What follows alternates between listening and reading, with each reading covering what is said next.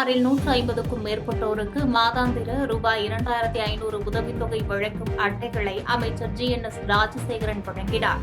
புதுச்சேரி அரசு மகளிர் மற்றும் குழந்தைகள் மேம்பாட்டுத்துறை சார்பில் காரைக்கால் மாவட்டம் திருநள்ளாறு தொகுதியில் முதியோர், கணவனை இழந்தோர் மற்றும் கணவனால் கைவிடப்பட்டோர் என 150க்கும் மேற்பட்ட தகுதியான பயனாளிகளுக்கு ரூபாய் 2500 மாதாந்திர உதவித்தொகை பெறுவதற்கான அட்டைகளை வேளாண்மைத்துறை அமைச்சர் ராஜசேகரன் தனது அலுவலகத்தில் வைத்து வழங்கினார்.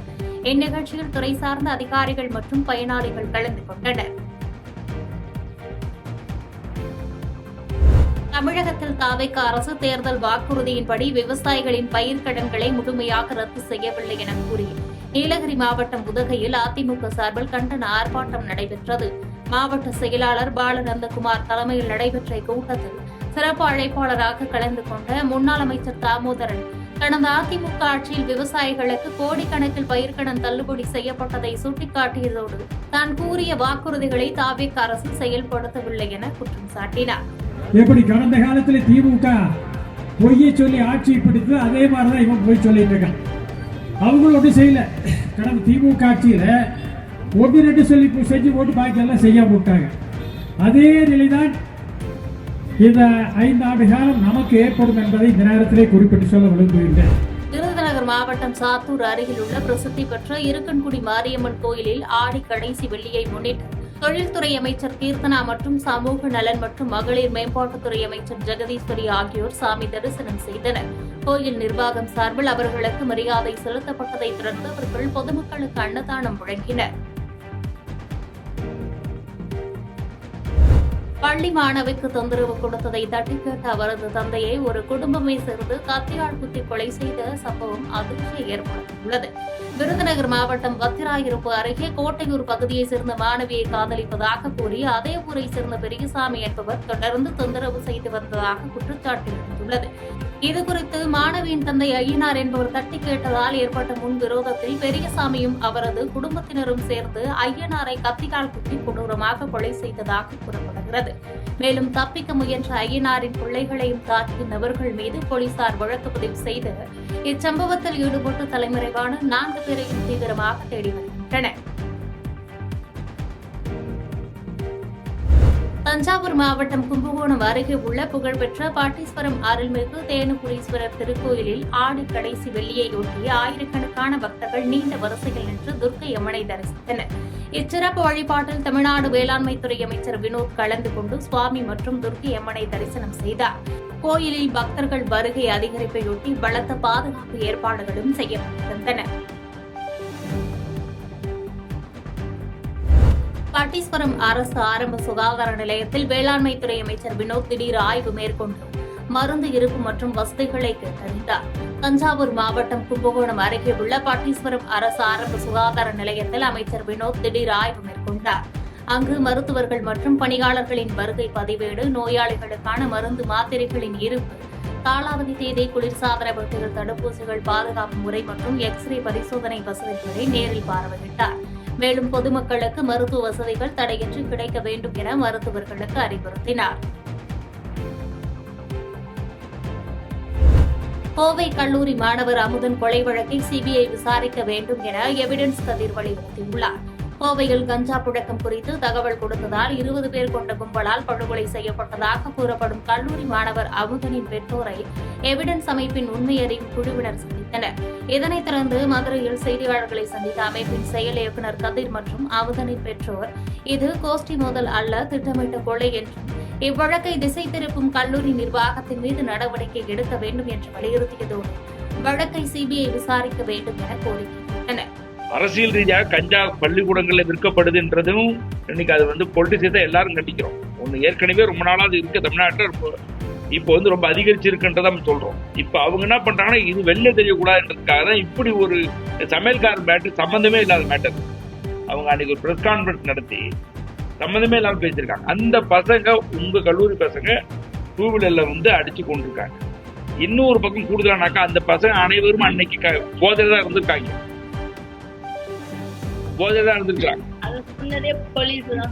போலீஸ் தான் எங்களுக்கு அப்ப என்ன பிரச்சனைனாக்க கஞ்சா எழுதி கொடுத்திருக்கான், இவங்க கஞ்சா இல்லைன்றாங்க, வந்த பயிர் கஞ்சா போட்டு வந்து அதை பண்ணியிருக்காங்க. கட்சி நிதியில் என்ன வேண்டுமானாலும் செய்யலாம், ஆனால் அரசு பதவி வழங்குவதில் கொள்கை முடிவு வகுக்கப்பட வேண்டும் என இந்திய கம்யூனிஸ்ட் கட்சியின் மாநில செயலாளர் வீரபாண்டியன் தெரிவித்துள்ளார். காஞ்சிபுரத்தில் இந்திய கம்யூனிஸ்ட் கட்சியின் பிரச்சார இயக்க பயணத்தை தொடங்கி வைத்த மாநில செயலாளர் வீரபாண்டியன் செய்தியாளர்களை சந்தித்தார். அப்போது மக்களுக்காக போராட அனுமதி மறுக்கக்கூடாது என கூறிய அவர், கரூர் சம்பவத்தில் பதவி வழங்கியது குறித்த கேள்விக்கு, கட்சி ரீதியாக என்ன உதவிகள் வேண்டுமானாலும் செய்யலாம், ஆனால் அரசு பதவி அல்லது பணி வழங்குவது என்பது கட்சிக்குள் உரிய கொள்கை முடிவை வகுத்து செய்யப்பட வேண்டும் என தெரிவித்தார். கொள்கை வகுக்கணும் சார். தனிப்பட்ட முறையில் அந்தந்த கட்சிகள் எத்தனை கோடி வேண்டுமானாலும் மனிதாபிமான அடிப்படையில் உதவிகள் செய்யலாம், அதை நாங்கள் எதிர்க்கவில்லை. அதே நேரத்தில் அரசு வேலை என்பது ஒரு கொள்கை வகுக்கப்பட வேண்டும். இதற்கு முன் பலர் அவ்வாறு இருந்திருக்கிறார்கள், நாளை அவ்வாறு இருக்க நிகழ்வுகள் நடக்கக்கூடும். ஆனால் எல்லாவற்றுக்கும் பொதுவான ஒரு கொள்கை தேவைப்படுகிறது. அத்தகைய கொள்கை வகுத்து தரலாம். புதுச்சேரியில் மாமூல் கேட்டு அரிசி கடை மீது பெட்ரோல் குண்டு வீசி தப்பியோடிய பிரபல ரவுடி போலீசாரிடமிருந்து தப்பிக்க முயன்றபோது கீழே விழுந்து கை முறிந்த நிலையில் கைது செய்யப்பட்டு சிறையில் அடைக்கப்பட்டுள்ளார். புதுச்சேரி வில்லியனூர் மார்க்கெட் வீதியில் பாபு என்பவர் நடத்தி வரும் அரிசி கடைக்கு வந்த ரவுடி வினோத் என்பவர் மாமூல் கேட்டு மிரட்டியதாக கூறப்படுகிறது.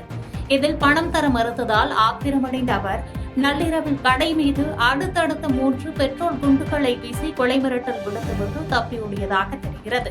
இச்சம்பவம் குறித்து வழக்கு பதிவு செய்த வில்லியனூர் போலீசார் வினோத்தை சுற்றி வளைத்து பிடித்தபோது அவர் தப்பியோட முயன்று வழிக்கு விழுந்ததில் கை முறிந்ததாக கூறப்படுகிறது.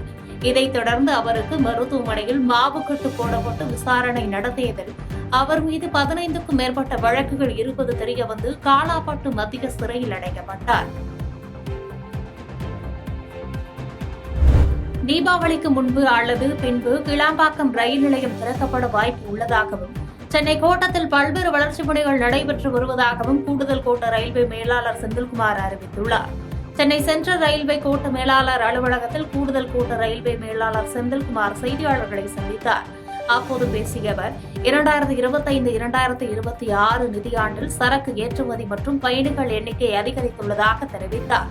மேலும் தாம்பரம் செங்கல்பட்டு 4வது பாதை உள்ளிட்ட 4 புதிய திட்டங்களுக்கு ரயில்வே வாரியம் ஒப்புதல் அளித்துள்ளதாகவும், சென்னை எழும்பூர் ரயில் நிலைய மறுசீரமைப்பு பணிகள் மார்ச் மாதத்திற்குள் அல்லது ஓரிரு மாதங்கள் கூடுதலாகி நிறைவடையும் என்று தெரிவித்தார்.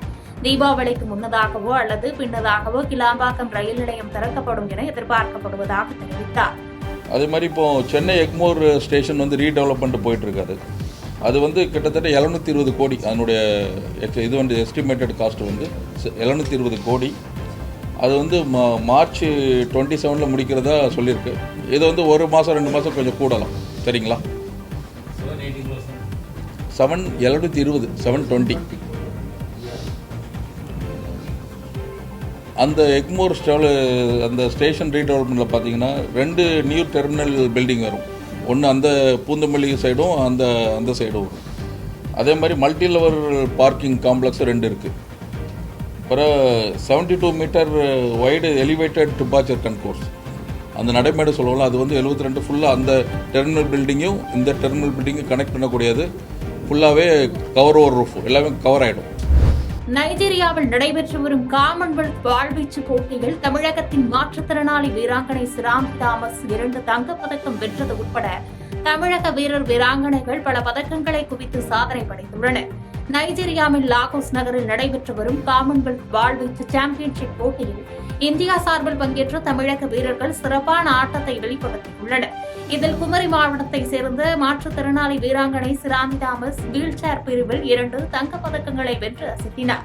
மேலும் ஜெபர்லின், ஜாய்ஷ், அப்ஷிதா ஆகியோர் தங்கப்பதக்கமும், ஜிஷோ நிதி 1 தங்கம் மற்றும் 1 வெண்கலமும், கனகலட்சுமி என்பவர் வெள்ளியும், அன்பிளஸ் கார்பின் வெண்கலமும் வென்று தமிழகத்திற்கு பெருமை சேர்த்துள்ளனர். செய்திகளை உடனுக்குடன் தெரிந்து கொள்ள கீழ்கண்ட கேபிள் மற்றும் டிடிஎச் நெட்வொர்க்குகளில் எம்நாடு செய்தி தொலைக்காட்சியை காணுங்கள். பாதகம் செய்பவரை கண்டால் நாம் பயம் கொள்ளலாகாது பாப்பா. மோதி மிதித்துவிடு பாப்பா, அவர் முகத்தில் உமிழ்ந்துவிடு பாப்பா. அண்மை செய்திகளை உடனுக்குடன் தெரிந்து கொள்ள இணைந்திருங்கள் எம்நாடு தொலைக்காட்சியுடன்.